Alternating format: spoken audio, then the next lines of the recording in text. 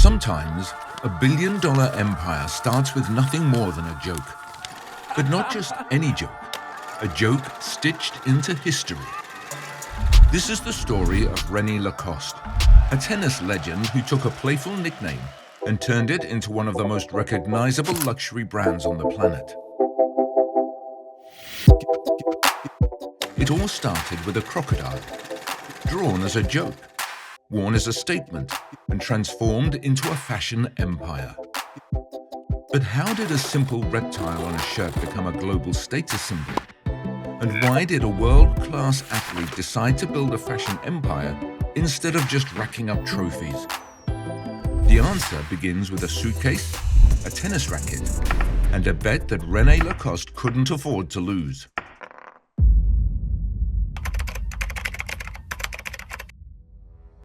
Some people are born into wealth and luxury, expected to follow a predetermined path.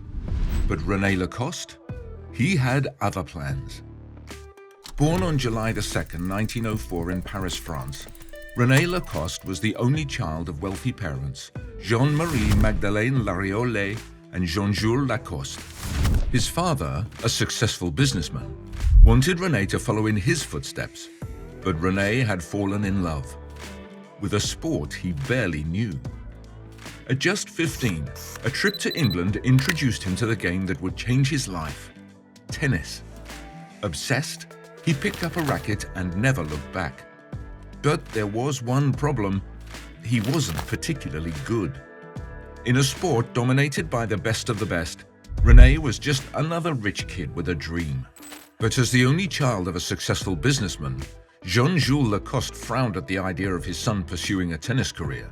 To him, tennis was a pastime, not a career. So he made a deal with Rene. He could follow his passion, but only if he became a world champion within 5 years. It was a challenge, a test of determination, and Rene accepted, driven to prove himself to his father. For 3 years, Rene trained obsessively, pushing himself beyond his limits. In 1922, he entered his first major competition, Wimbledon. It was a disaster. He lost in the first round to Pat O'Hara Wood. Humiliated but not broken, he tried again the next year, this time in the US National Championship.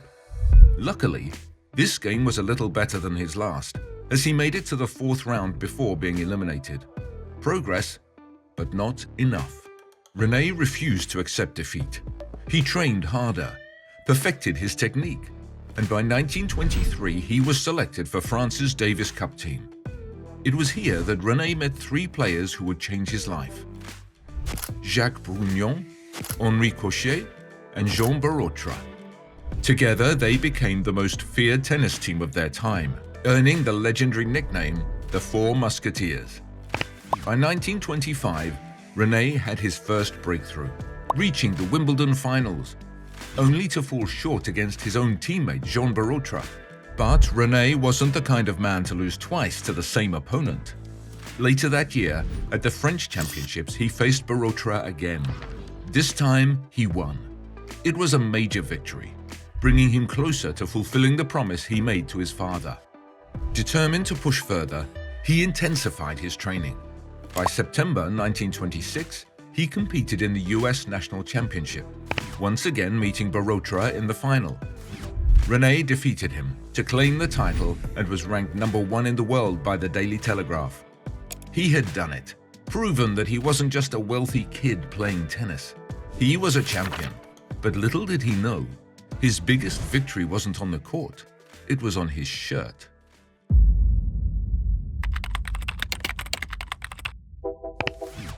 In 1923, the French Davis Cup team traveled to Boston to face the Australians. While there, Rene spotted a beautiful crocodile leather suitcase in a shop window. His captain noticed Rene's interest and made an unusual wager. Win your match and the suitcase is yours. The round against the Australians did not go well. Rene lost the match. He never got the suitcase, but what he walked away with was far more valuable. American journalists, fascinated by his relentless playing style, began calling him the Crocodile. The name stuck, and Rene, he embraced it. Back in France, he took the nickname to heart. He had his friend, artist Robert George, sketch a small crocodile, which he then embroidered onto his white tennis jacket. It was more than just a nickname, it was a statement. When he wore it to matches, fans went wild. It was bold, it was stylish, it was uniquely Rene. At first, the crocodile was just a personal branding. But as Rene's fame grew, so did the curiosity around the emblem. People didn't just want to watch Rene play, they wanted to wear the crocodile.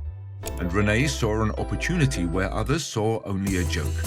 Traditional tennis attire at the time was stiff and impractical, long-sleeved button-up shirts that restricted movement. Rene, always one to innovate, decided to change that.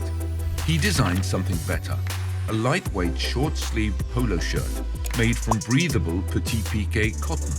It was a game-changer. Rene's personal life was flourishing alongside his innovations. In 1930, he married golfing champion Simone de la Chaume. They were the power couple of sports.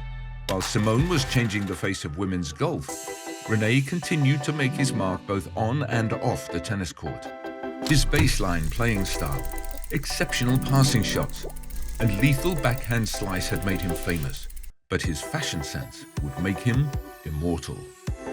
By 1933, Rene had teamed up with André Gillier, owner of France's largest knitwear manufacturer.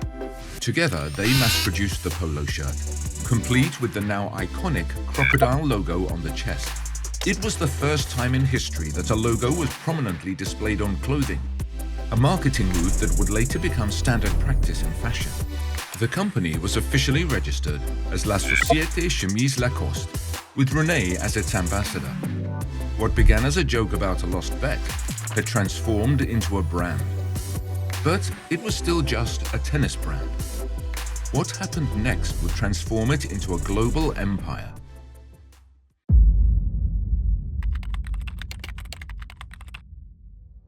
By the 1950s, Lacoste had already established itself as a staple in European tennis.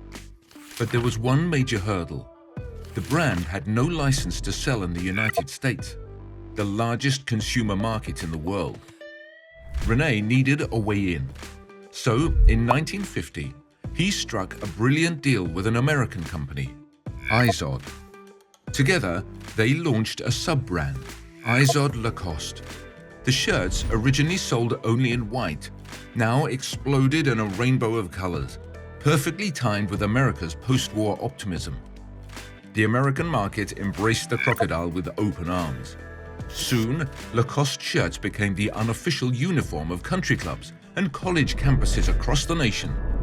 The preppy look was born, and at its heart was a small green reptile. Success breeds competition. In 1977, a rival brand called Le Tigre emerged, offering similar comfortable sportswear, but with a tiger logo instead of Rene's crocodile. It was a direct challenge, as Le Tigre tried to claw its way to the top. But Lacoste's reputation was already too firmly established. The crocodile remained king of the preppy jungle. Rene often credited the success of his brand to his unusual choice of mascot. Everyone remembers a crocodile, he would say. And he was right. Lacoste pioneered the concept of visible logos on clothing, starting a fashion revolution that continues to this day. But Rene's innovation didn't stop with clothing. Even after retiring from professional tennis in 1932 due to health issues, his passion for the sport remained. In the 1960s, he designed an unprecedented steel tennis racket that gave players more power and precision than traditional wooden models. American tennis legends Billie Jean King and Jimmy Connors adopted Rene's design, bringing the crocodile back to the courts where it had first been born. With this move, Lacoste expanded beyond sportswear into sports equipment. In 1964, Rene passed the torch to his son, Bernard Lacoste.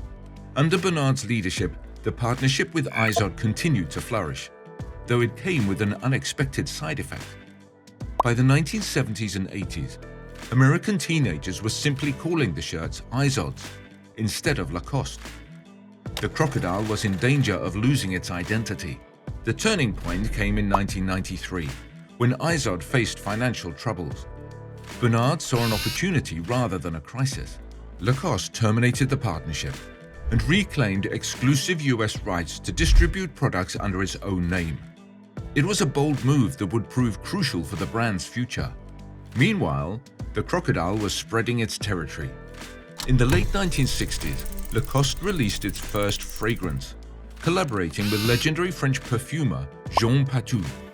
By 1978, they had stepped into the accessory market with a line of elegant sunglasses. Lacoste wasn't just a brand anymore, it was becoming a lifestyle. But how did a tennis player's joke evolve into the global luxury empire we know today?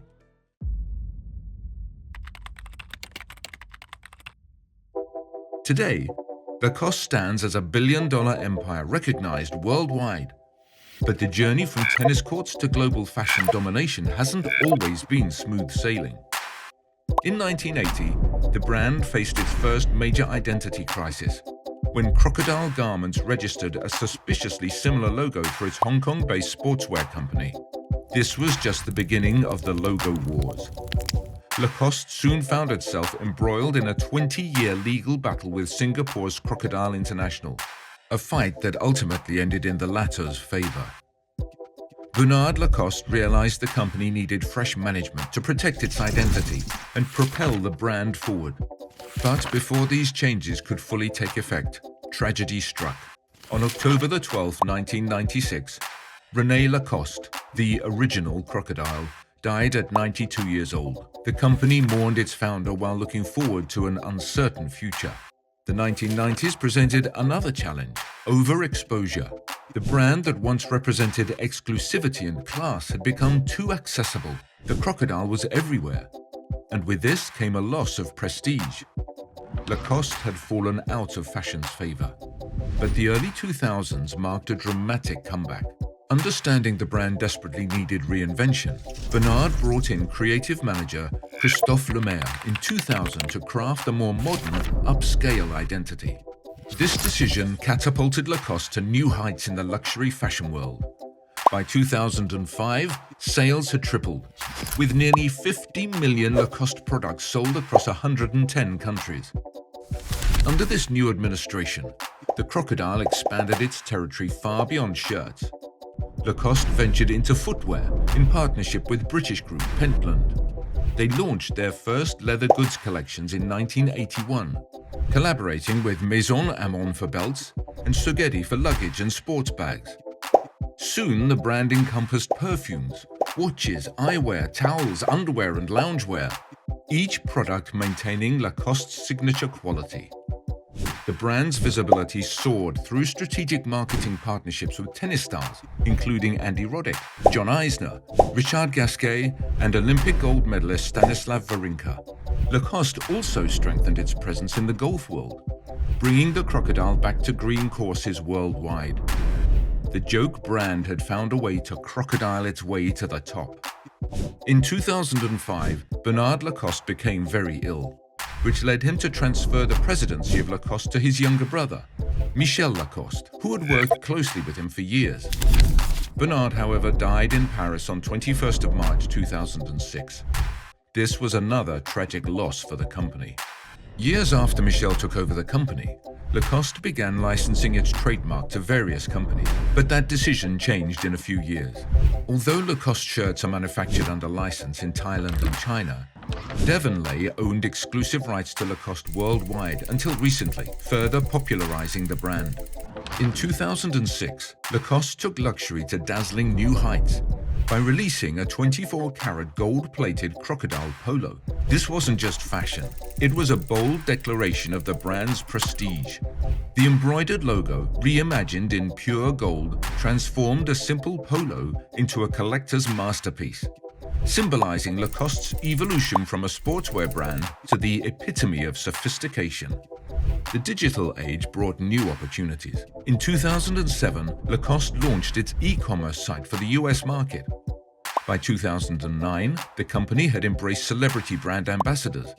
Tennis star Novak Djokovic was crowned the new Crocodile in 2017, a nod to his Rene-like tenacity and audacity on the court.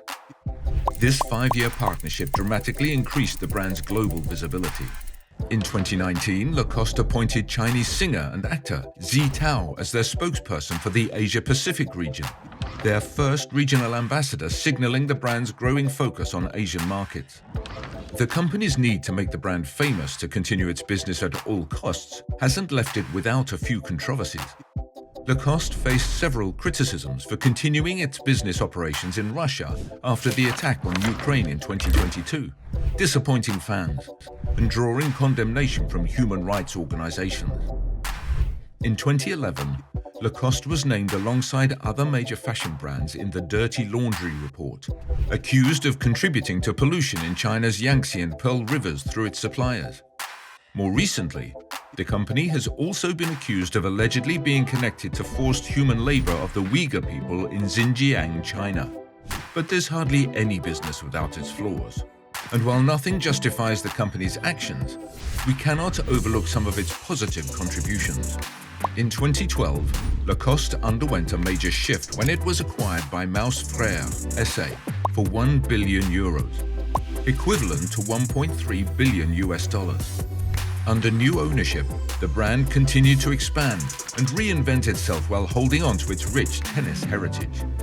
Lacoste founded the Rene Lacoste Foundation, a community program designed to help underprivileged children and those with disabilities access sports education and support their social and professional integration. In 2022, the brand partnered with Minecraft to create a new apparel series called Lacoste and Minecraft, featuring pixelated versions of the iconic crocodile on polos, hoodies, and t-shirts. The brand continues to evolve. In 2023, Pelagia Kolotouros became Lacoste's creative design director, with French tennis player Arthur Fils signing on as brand ambassador. The following year saw French actor Pierre Ninet and Chinese multi-talent Wang Yibo appointed as global ambassadors, extending the crocodile's reach across continents and cultures. From nickname to global brand, Lacoste truly has the bite to match its bark. A joke stitched into history, a crocodile that refused to let go. And today, a brand that's worth billions. Not bad for a bet on a suitcase. Thank you for watching. If you enjoyed this story, don't forget to like, comment, and subscribe. We'll see you in the next video.